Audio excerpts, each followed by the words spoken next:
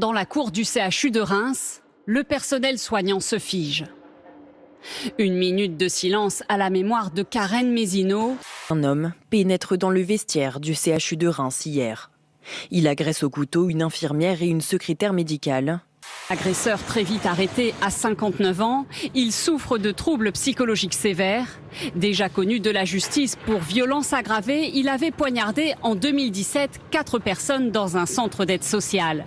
Je veux d'abord avoir une pensée pour les familles, pour les proches, pour les soignants, bien entendu, de cet hôpital, pour tous ceux qui sont intervenus sur ce drame et d'une façon générale pour l'ensemble des soignants.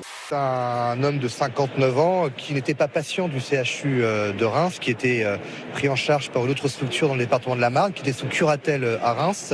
Exprimons également ensemble notre reconnaissance à tous les agents du service public qui œuvrent au quotidien avec un dévouement exemplaire au service des citoyens et de l'intérêt général. Selon nos informations, il dit aux policiers avoir été maltraité dans les milieux psychiatriques et vouloir se venger. Il affirme qu'à chaque fois qu'il croisera une blouse blanche, je cite, il la plantera. Qu'il ait bénéficié en juin 2022 d'une ordonnance de non-lieu pour une irresponsabilité pénale restée sans suite, et surtout le fait que ce drame ne soit pas le premier dans notre pays, tout cela doit nous alerter sur une forme de tolérance de l'État qui s'est installée au détriment de la sécurité de nos soignants. C'est dans ce contexte qu'est publié le chiffre des violences envers les médecins. Il est en forte hausse, plus 23% en 2022 par rapport à 2021. 1244 incidents ont été déclarés, c'est du jamais vu.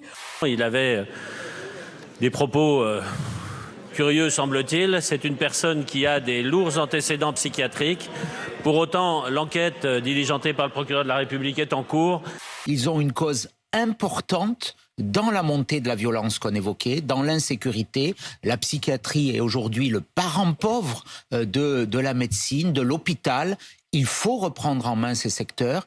Grégoire Morano a été arrêté ce matin par une compagnie de CRS après un accident sur l'autoroute. L'homme de 32 ans aurait percuté le pare-choc d'un poids lourd et tenté de prendre la fuite juste après, placé en garde à vue.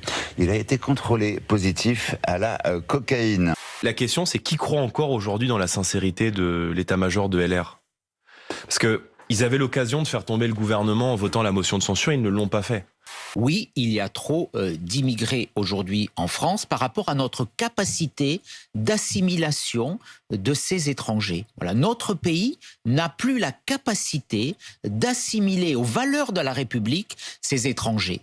Marine Le Pen qui présentait mot pour mot ce que proposent les LR aujourd'hui, que nous proposions pendant la présidentielle et contre lequel, pendant toute la campagne présidentielle, ils nous ont dit que c'était pas crédible, irréalisable. Pourquoi est-ce qu'ils ont fait voter Emmanuel Macron au second tour de l'élection présidentielle ? Donc, et je ne remets pas en cause la Convention européenne des droits de l'homme. Je dis que nous devons pouvoir, en matière migratoire, reprendre le cours de notre destin.